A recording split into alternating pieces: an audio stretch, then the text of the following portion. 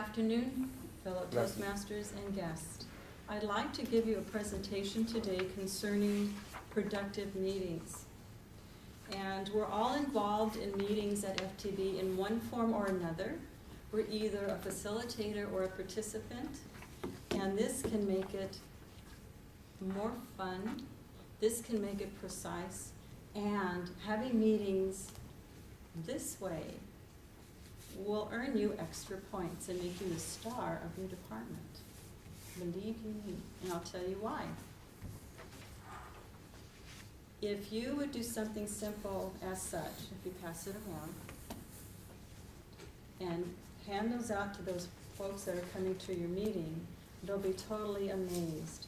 Because I've noticed at FTB, we have so many meetings that we don't really know what the agenda is, we don't know what we're going to be talking about, we're not sure if it's really going to be the half hour or the hour and that kind of thing. So if you come up with an agenda and pass it out, it'll impress everybody, but it'll also give them a guide. So it's up to you in having a productive meeting. And the majority of a productive meeting is in planning. Planning. And when I mean planning, I mean you need to state the purpose of the meeting. You need to select the participants. Is it just your area or is it outside of your area? You need to select the location, and we have many places we can go. Anywhere from a very small quiet room, if it's a very small meeting, to the Goldberg Auditorium, if you're going to be talking to 50 or more folks.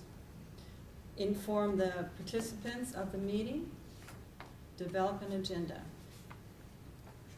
That's basically the planning of the meeting. For the purpose, you can let them know that you're trying to reach a decision for particular information, to discover, analyze, or solve a problem, to gain acceptability of an idea, program, or a decision, to train, resolve a conflict, share information, gain understanding, or obtain reactions to problems and situations. You can let them know all about that in your purpose of the meeting. Don't just say, I like to meet for 20 minutes to go over productivity. That's so general, you're not sure what they mean by going over productivity. Is it individual productivity? Is it the department's productivity? What does that really mean? So you really have to have a clear, concise plan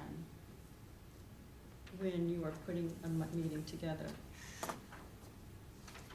There's all kinds of types of meetings. There's an informational meeting that you're giving information.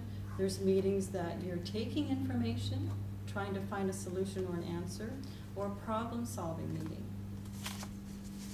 So you need to decide what kind of meeting that you want. Selecting participants. Again, is it just your exclusive area? Is it just a few people, or does it go on the outside of FTB? And when I see select participants, I think of the EDR meetings. How many of you folks have been involved in EDR meetings? Okay, so you know that they can be quite large, they can be quite dry, and they can be confusing. So sometimes I was at EDR meetings that I really didn't need to be there, but I was invited anyway. And I felt that my time there, which was an hour, was really wasted because I didn't need to be there. The information didn't pertain to me or my area, and it was a waste of an hour of my valuable time, because all of our time here at FTB is valuable, no matter what level you're at. So when you go to a meeting and it's being wasteful, that's so wrong on many levels. Select the location. What kind of atmosphere would you like to generate for your meeting? Would you like to have a meeting outside when it's a nice spring day? Wouldn't that be lovely? Wouldn't that be a change of pace? Wouldn't that really grab our attention? It would for me, rather than sitting in a windowless square room trying to stay awake and listen to a meeting.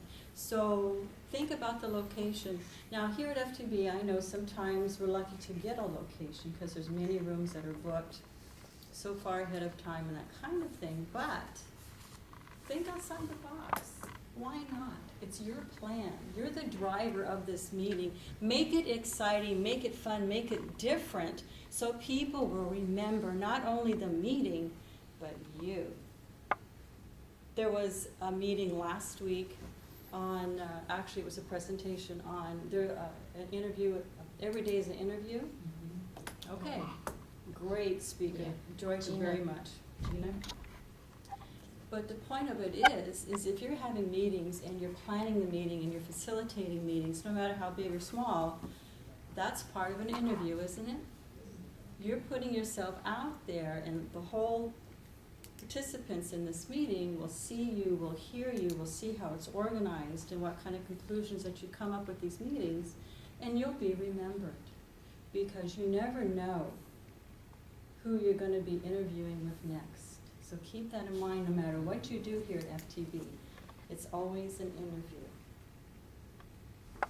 Make sure that you're informing the participants of the date, the time, and the place, the purpose and desired outcome, what information, if any, they should bring with them, what is expected of them at the meetings, the meeting length, and any special arrangements such as meals, beverages, snacks, tissues if it's a sad meeting, those kinds of things you have to think of ahead of time. And for goodness sakes, make sure you develop that agenda and put it down on paper. It's very important. And make sure that you leave some room on the paper so folks can write notes. Some folks do bring a little binder or paper with them, but most folks don't.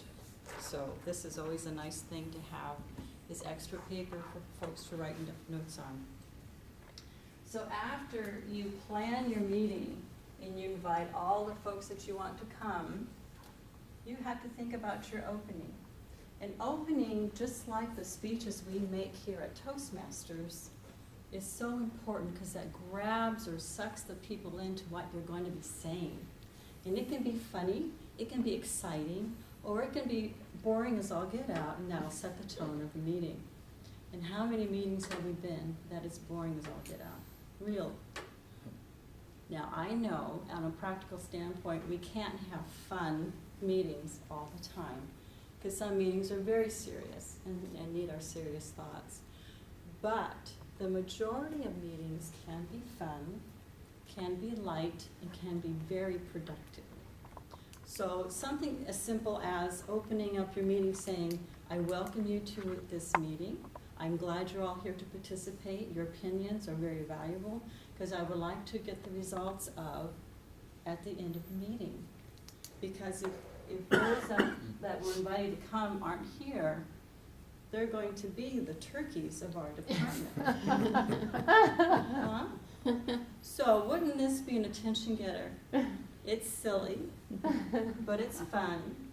But they would sit right up and think, okay, so what are we doing now? That's kind of funny, that's kind of interesting. So what are we going to do? So opening up your meeting is very important, because that sets the tone of the meeting. Establish a friendly atmosphere. Make sure you start on time.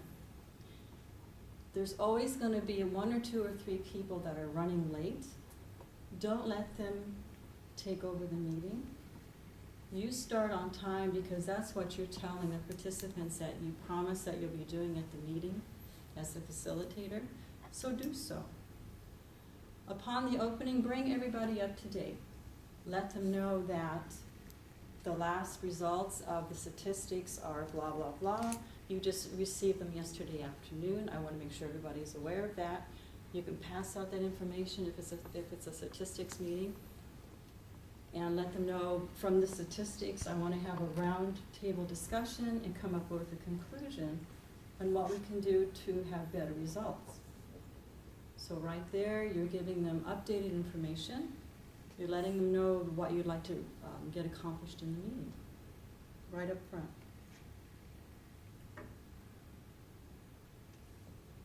Don't forget to welcome the group and establish a method of discussion.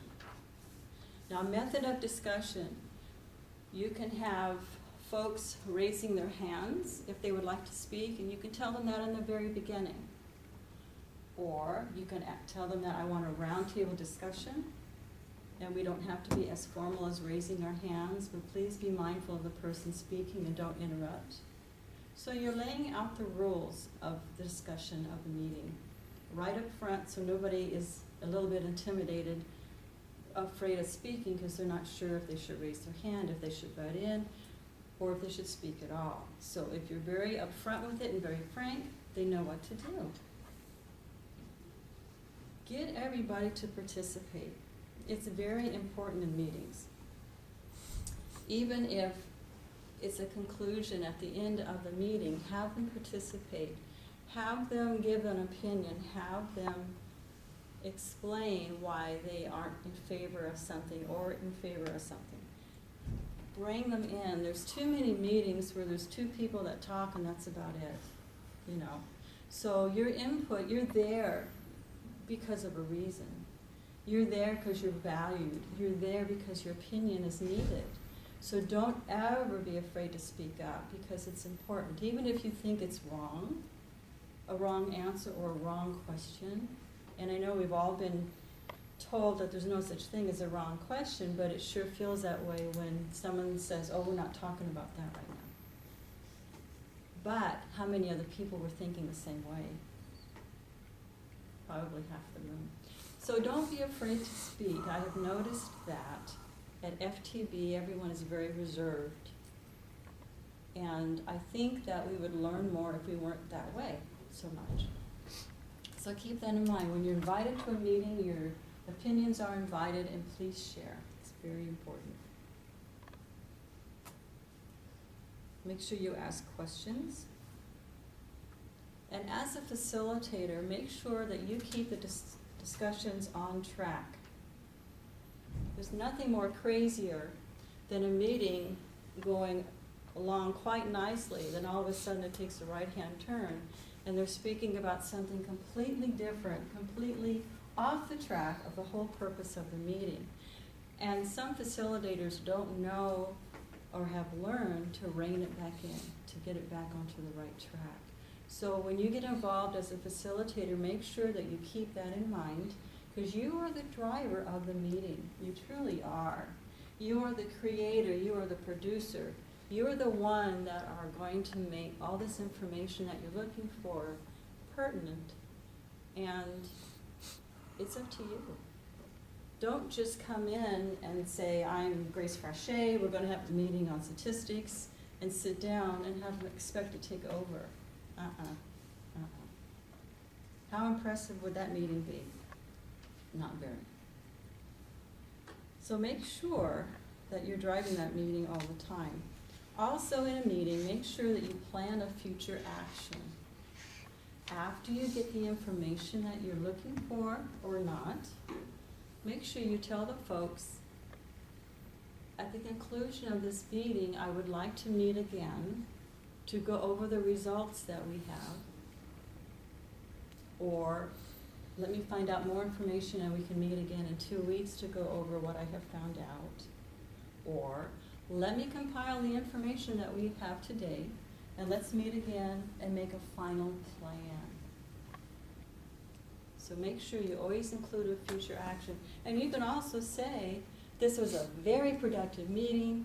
Thank you for your thoughts. Thank you. There's a conclusion we came to today. We won't need to meet again. Wouldn't that be great? Instead of leaving everybody dangling, not sharing if you're going to come back again or not, or what have you, what have you. So you really do need to make sure that folks know your future plan of action at the end of the meeting. And then at the very, very end, you can summarize the meeting. You can talk about the thoughts that were shared. You can talk about who said what and when, and all of that to kind of envelope the meeting, summarize the meeting, conclude the meeting all at once by kind of repeating what happened during the meeting. Wouldn't that be refreshing? Because sometimes when you doze off, you do miss an important part of the meeting or something that someone said. And I notice that we don't do this here at FTB. Now, I'm not an expert by no means, but I tell you, I listen and I look a lot at meetings. because as Toastmasters, all of you know, it's just something about Toastmasters that we sit there and we analyze their speeches, we analyze how they're speaking, and most of the time we think, they sure could use a couple of Toastmaster sessions. But Toastmasters is a great tool to become a great facilitator of meetings. If you don't want to be a public speaker, if speeches is just not your thing, Toastmasters will show you how to be a great facilitator in meetings. And how often can you use that? Quite a bit. Maybe not at your work, but you can use it at the PTA meetings, you can use it in church, you can use it for the homeowners association. It goes on and on and on. Meetings we have all the time when there's a group of people. So why not dazzle them? Why not impress them? Why not show them that you are a leader when it comes to meetings? And have it well planned, have it well thought out. Give them the agenda, give them the conclusion, give them a time when you can meet back if that's what you need to do for this particular meeting. And they'll want you to do it again.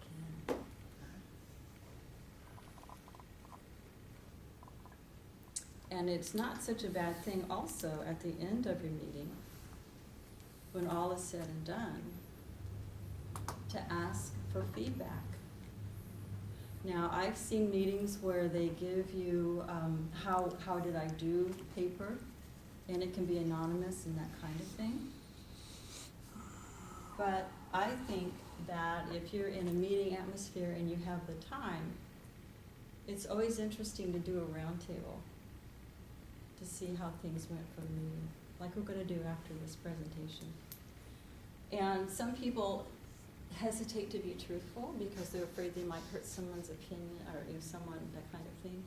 But as adults, we really do need to get over that, because how can you learn if you don't hear constructive criticism, really? Because we're learning every day. We don't know it all, at all.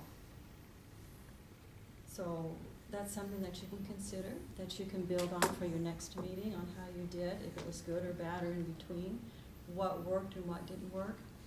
And this is something that I have learned at Toastmasters that really works for the meetings that I facilitate.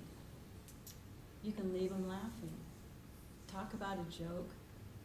And if you don't want to do that, you can send them off with a little food for thought, a little saying that you find thought-provoking, or something that's happening during the news, or something that would pertain to most people. Leave them with something, because that way they'll take themselves away from the meeting. Think about that. So food for thought is always a good way to end that meeting. And I bet the next time that you send out a meeting invite, you will have no cancellations.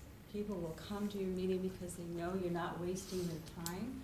They know that it will be well organized, and they know that they'll have the opportunity to give their opinion. And they'll get a joke of the day that they can carry with them throughout the weeks. So productive meetings, it's very simple. Planning, opening, handling the meeting, and concluding the meeting are so simple. If you keep those steps in mind, you'll never go wrong. You'll have a fruitful meeting. You'll have a meeting that people will want to attend, and you'll have people talking about how great you are as a facilitator. So do we have any questions here that I can help answer? The feedback, do you ask participants for how the meeting goes, or do you ask them the issue, why they come to this meeting to discuss about? You can ask anything you want, because you're the one that is running the meeting. So it's whatever you feel that's important for that meeting. Is it important to you to get feedback about how you handled the meeting for future meetings? Or is it important for you to learn if the information that was shared at this meeting was important? It just depends on what you're looking for and what you want. Either one is fine. ask them, next time you come to my meeting, what would you like to see that you may not They have seen always this time? ask for food. Yes.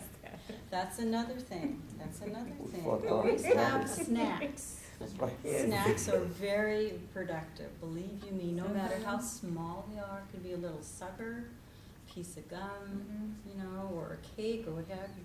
But those are always appreciated and those are always fun at meetings. If you're having an 8 o'clock meeting, have a big pot of coffee. You know, you don't have to have donuts and cupcakes and that kind of thing. Just have a big pot of coffee and some water. And that will really perk people up. But yeah, I try to have snacks when I can. It's fun. We used to have that, like you said, we used to have snacks, cookies, sometimes small donuts also. During the meeting, the table, the things circulate. The meeting will not start until the food is complete, you know. There you It's a go. food for thought. So, like I said, production is very important, planning is important. Mhm. No one plans to fail, we fail to plan. Right. That's why, so if everything starts on time, it has to end in time, you know, it cannot Mhm. be wrong. Mhm. It's important. And then food for thought is the way to reach a man's heart is through the stomach, you said. So go through there. Let's start the meeting right away. Okay, what's next? That's What do you right. have to do? Mhm. That's a good point. You're part of the very important aspect. Yes, it is. And starting the meeting on time is On being time. very respectful of the people that Yeah. are there. I was a facilitator before I came to this Toastmaster. Then you should have been That's right. doing this presentation. That's fine. We started it. So I will start from now on. Thank you. So you mentioned Gina Purcell gave that presentation, every day is an interview. How many people went? It was great. Yeah, It a was lot of- great, wasn't it fun? She said, go to meeting on time. Yes. Yeah. Yeah, she Absolutely. mentioned that. It's absolutely interesting. They can- And dress well every day. Mhm. And remember what you promised to the people when you go to interview. Mhm. And you have to carry out, not just that day when you go to interview, that includes dress well and saying that you work as a team member and you support everything. You have to do that every day, not just that day when you go to interview. Mhm. That was great. Mhm. I wonder if they made any video out of that, so we can borrow it. I think and there show- is a. They did? Yeah, and In the she- morning I think session, right? She Did does they do? once a year. She Oh. will do at least once a year. Really? Yeah. I thought it was the first time she did She it. is doing it for years. Oh, really? What I enjoy about not only Gina's Mhm. meeting, but others at FTB are stories. Mm-hmm. Because I can relate a lot to stories that people have, and I'm always fascinated by how people handle situations that Mhm. they're in, to give me some tips.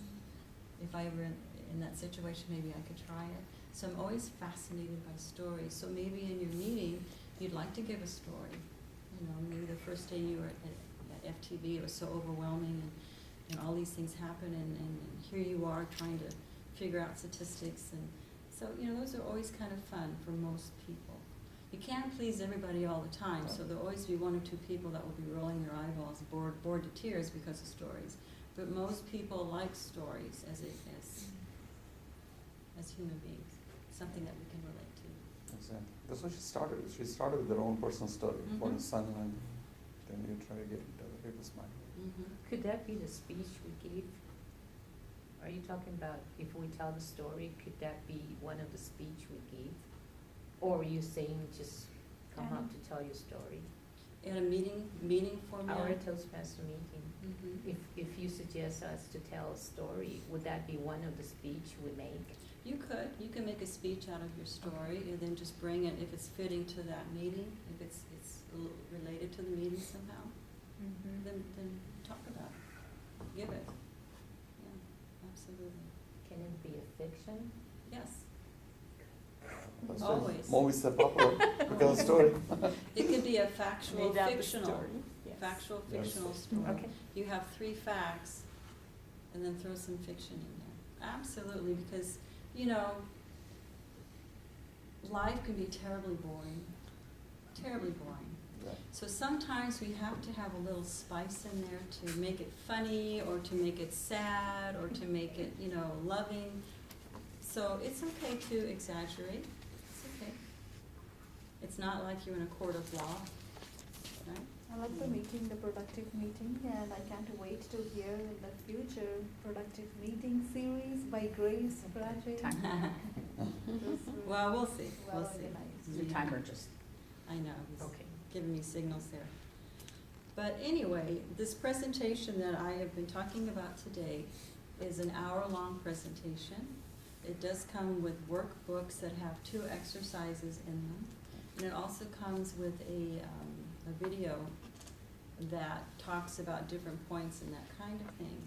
In this venue, I felt a half hour would be adequate, and then we can talk about it after, to give you some ideas and give you some hints and give you a direction. If you're ever asked to give a meeting in your area, or if you're a supervisor or manager and you know you're going to have meetings, this perhaps will help you. This will give you the tools to be dynamic. And again, don't be afraid to think out of the box. Try something different. Do something new. Just because you've never seen it or heard it doesn't mean that it won't be accepted with open arms, truly. I'm always trying to do weird things all the time.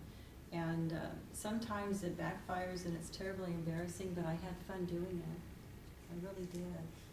So keep that in mind going forward in FTB. And it's true, every day is an interview, but every meeting, you can be the facilitator as well.